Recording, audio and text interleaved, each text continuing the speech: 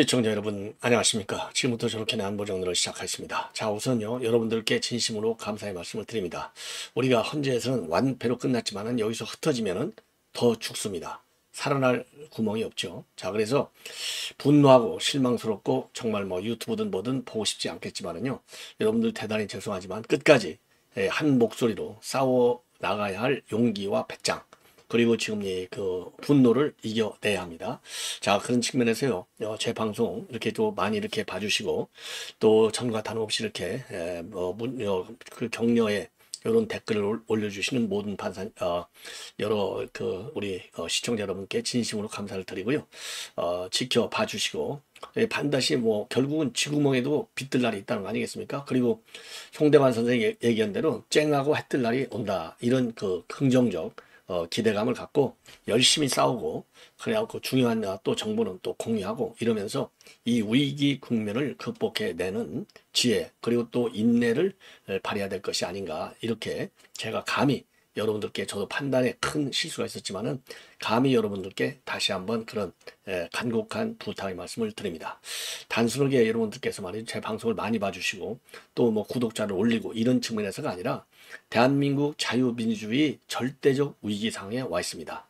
자, 그래서 박근혜 전 대통령 탄핵보다도 더 훨씬 엄중한 자유민주주의 위기라고 저는 판단을 하기 때문에 여러분들께서요, 제 방송이 아니라도 우리 보수 우파 유튜브들, 뭐 유튜브 방송에서도 많은 차이가 나죠. 뭐 저보다 더 좋은 방송도 있고 또 모자란 방송도 있는데, 여러분들의 취향에 맞는 이 방송을 잘 선택하셔서 계속 지켜봐 주시고 또 격려해 주시고, 그러는 게 좋지. 그냥 뭐 열받았다고 그래서 방송 다 뭐 구독 탈퇴하고 안 보고 그러면 여러분들 결국 누구의 뉴스를 보고 이 위기를 극복해 나가실 수 있겠습니까? 그래서 일시적인 분노, 저도 솔직히 방송하고 싶지 않아요. 저도 사람인데요. 저도 감정이 있죠. 저도 열받아갖고 정말 하고 싶지 않지만, 그래도 이 명분이, 제가 방송을 시작한 이유는 여러분들 잘 아시다시피 저도 국민들에게 제가 정말 국민들의 혈세를 먹고 평생을 살아왔기 때문에 뭔가를 기여하자, 이런 취지에서 방송을 지금 한 지 한 6년째 됐는데, 그럼에도 불구하고 저도 분노하지만 계속 방송을 하고 있습니다. 중요한 뉴스는 빠뜨리지 않고 보도하고 있어요. 그런 저의 간곡한 심정을 좀 널리 헤아려 주시고, 절대로 떠나지 마시고요. 절대 떠나지 마시고, 하여튼 승리의 그날이 언젠가 하면 그때부터는 정말 탄핵이라고 하는 이런 악수가 나오지 않도록, 우리가 모두가 그야말로 노력을 해야 될 것이 아닌가, 이런 말씀을 드립니다. 자, 이번 시간에는요, 지금 오늘 우리 국민의힘에 의총이 있었어요. 의총이 있으니까 뭐 백가쟁명이죠. 본래 뭐 잘 안 되는 집은 배가 산으로 간다고 그러잖아요. 오늘 완전히 배가 산으로 가는 의총이 됐습니다. 여기에서 조배숙 의원이 그 폭로를 했어요. 자, 5대3으로 잘 나가다가 이게 헷가닥 해갖고 뒤집어진 게 정형식이다. 근데 사실 저도 이런 설을 이미 여러분들께서 들으셨겠지만요, 이미 한 며칠 전부터, 지난 3월 말부터 사실 들었어요. 근데 설마 인간이 탈을 쓰고, 저도 그래서 이 첩보가 사실이 아니기를 바라요. 그런데 조배숙 의원이 자기 실명을 걸고, 그리고 이제 재판관 이름 실명을 정형식이라고 하는 실명을 걸고, 그것도 개인적으로 친한 사람들 몇 명이 얘기하는 데서가 아니라 의총이라고 하는 공식 이 베뉴에서 얘기했다. 그런 점에서 저는 상당한 신뢰성을 저는 갖고 있습니다. 저도 조배숙이 잘 알아요. 조배숙 같이 대학 다니고 아주 잘 아는데, 본래 조배숙 의원은 그렇게 말을 막 하는 사람이 절대로 아닙니다. 그리고 어디 막 나서가지고 막 이렇게 막 응변을 토하고 뭐 설파하고 이런 사람이 아니에요. 조용하게 공부 열심히 하고 사법시험 학교에서 이제 판사다가 지금 이제 국회의원 하고 있는 사람인데, 제가 잘한다니까. 학교 같이 다니고 공부 같이 했어요. 잘 알아요. 그런데 이런 조배숙 의원의 성격을 제가 잘 알기 때문에 조배숙 입에서 그 정도까지 나왔다 그러면은요, 그리고 조배숙 의원도 판사 출신이잖아요. 그러니까 여기저기에 맥이 천망이 있다고 봐야죠. 그래서 조배숙 의원이 그 정도까지 얘기했으면 이거는 상당한 신뢰성이 있는 거 아니냐, 일단 저는 그렇게 판단합니다. 그래서 요거를 보도할까 말까 하다가, 이건 뭐 제가 보도 처음 하는 것도 아니고 이미 이게 중앙일보에 나왔어요. 중앙일보에. 그렇기 때문에 중앙일보라고 하는 메인 미디어에 나왔기 때문에 이미 다 폭로가 된 거예요. 자, 그래서 제가 말씀을 드리고, 그러니까 지금 말씀을 드리는 조배숙 의원의 이런 그 공개적인 폭로 이전에 저도 이미 이와 유사한 그런 내용의 얘기를 이미 들은 바 있어요. 자, 그래서 2중 3중으로 이 정영식이가 입장을 확 바꿨다. 이 얘기는 이미 제가 며칠 전에 들었어요. 자, 그래서 그거를 조금 더 제가 들은 얘기하고 합치면 이게 뭐 어느 정도나 정확성이 있는지는 모르겠지만은 조배수 의원이 얘기했다는 측면에서는 상당한 신뢰성이 있는 것이 아니냐, 이런 전제 하에 말씀을 드리면요. 지난 3월 28일 날 평의 전까지만 하더라도 인용이 5, 기각이 3, 예, 이렇게 되어 있었다는 겁니다. 기각이 이제 흔히 얘기하는 대로 우리 보수파 3명, 정영식, 김복형, 조관창. 그래서 이 기각 3명으로 돼 있어가지고 문영배 선거한테 선거기를 좀 잡는 게 좋겠다라고 했는데, 이렇게 5대 3이 되니까 문영배가 이 선거기를 안 잡고 있었어요. 그런데 3월 28일 날 평의 직전에 정영식이가 인용파로 확 돌아섰다는 겁니다.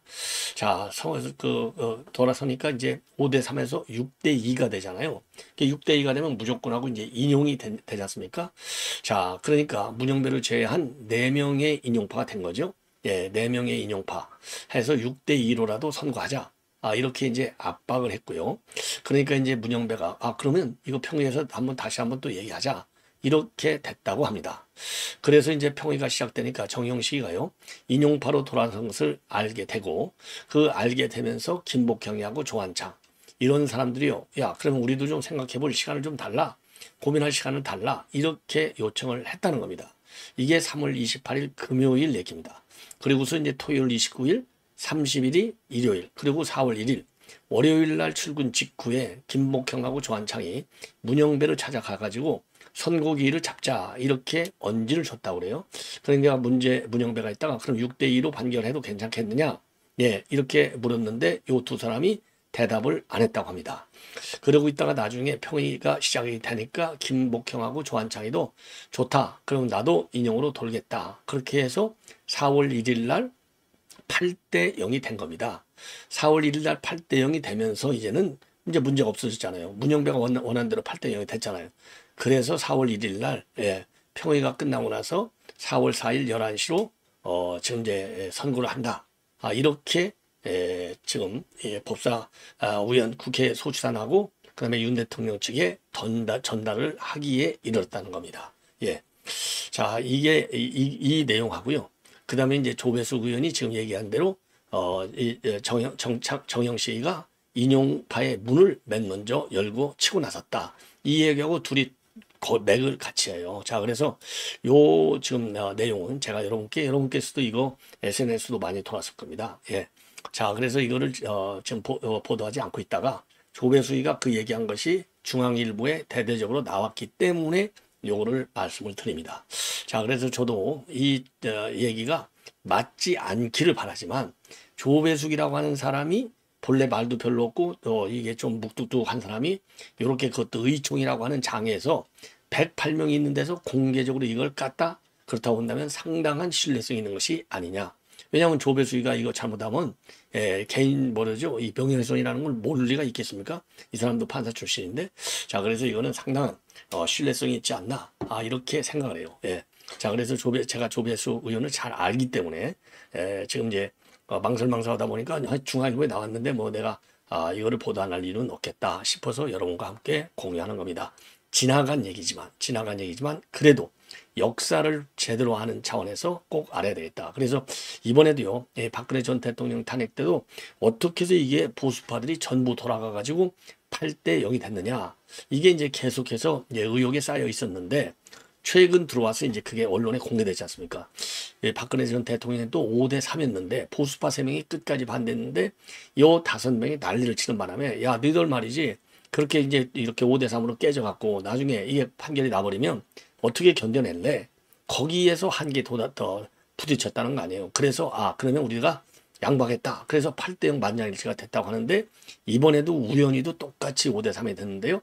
정영식이가 이제 주심이잖아요. 주심. 근데 정말 더 이상 설명할 필요도 없이 정말 대통령이 흔들흔들하니까 전부 대통령이 아끼고 사랑하고 신뢰했던 인간들이 맨 먼저 배신을 때린 거. 야, 그 시작이 한동훈이 요 인간에서부터 시작된 것이죠. 예, 이렇게 하고요. 그리고 이제 어차피 이제 대선 국면으로 들어서게 되는데, 저도 대선 얘기를 하고 싶지 않아서 여태까지 오늘 하루 종일 저도 이제 참았어요. 자, 그런데 이 한동훈이 요 인간이 설치는 걸 보니까 얘기를 안 할 수가 없네요.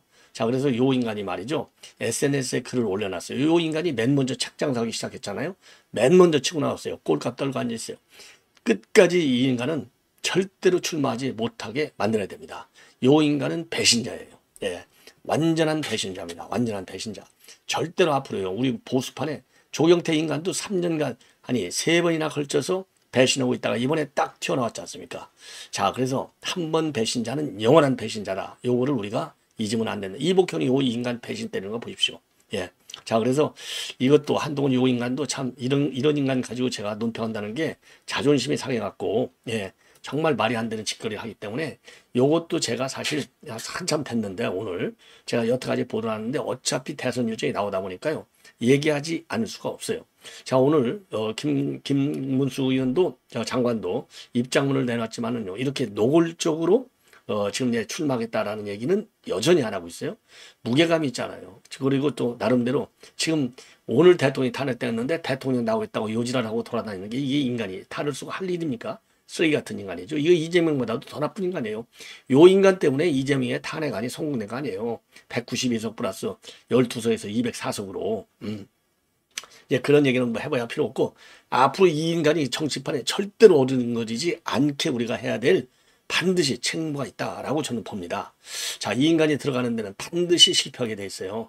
자, 뭐라고 돼 있냐면요. 오늘 이제 이 대통령 이 파면과 관련해서 언제나 국민과 함께 하겠다. 아니, 국민이 누가 너 같은 인간 뭐 함께 하겠대?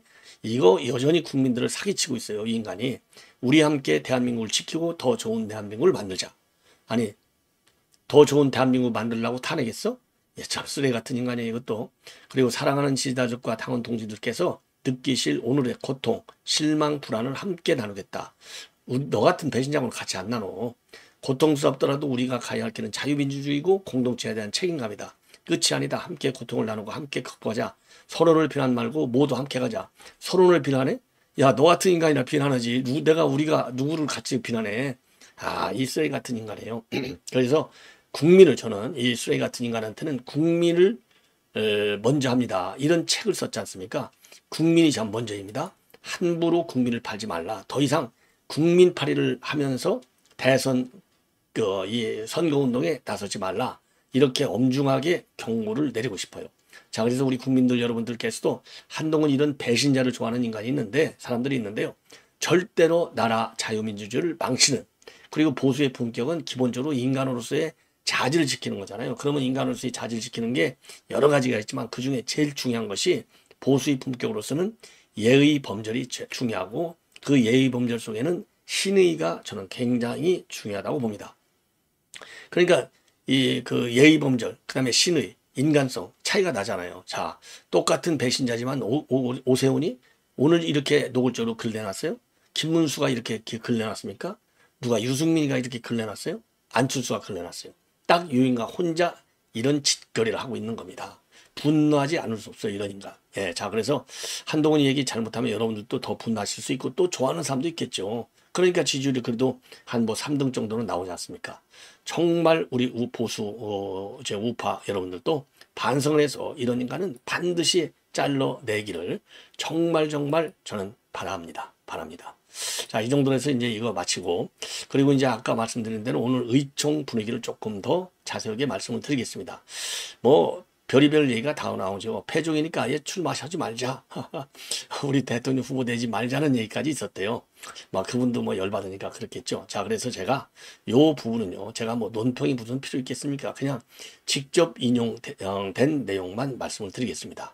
그리고 이제 한 가지 이해하지 못하는 것은 지금 권성동이가 폴더 인사 그리고 그 권영세도 폴더까지는 아니고 이 권성동이는 완전히 90도 폴더 인사를 했고요. 의총에서 권영세는 한 70도 정도 인사 같은데 허리 굽기 가지고 자기의 잘못을 용서받는다 생각하는 착각은 하지 말아라. 그리고 권영세 요 인간은 말이죠. 함께 나의 그 진로 진퇴 문제도 함께 논의해달라고 그랬대요. 이 인간도 참 추접스러운 인간이에요. 욕심이 한이 없어.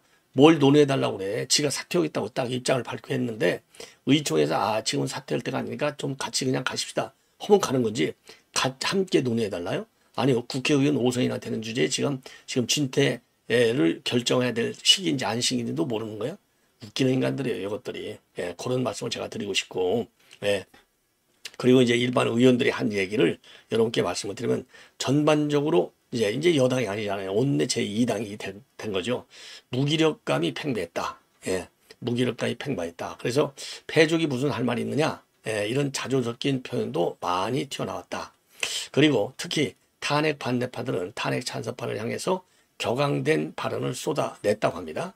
대표적으로 나경원, 정정식 이런 사람들은요.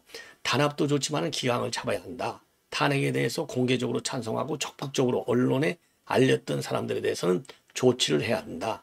그리고 김기현 80석 90석의 소수 정예가 되더라도 생각이 같은 사람들끼리 같은 당을 해야 된다.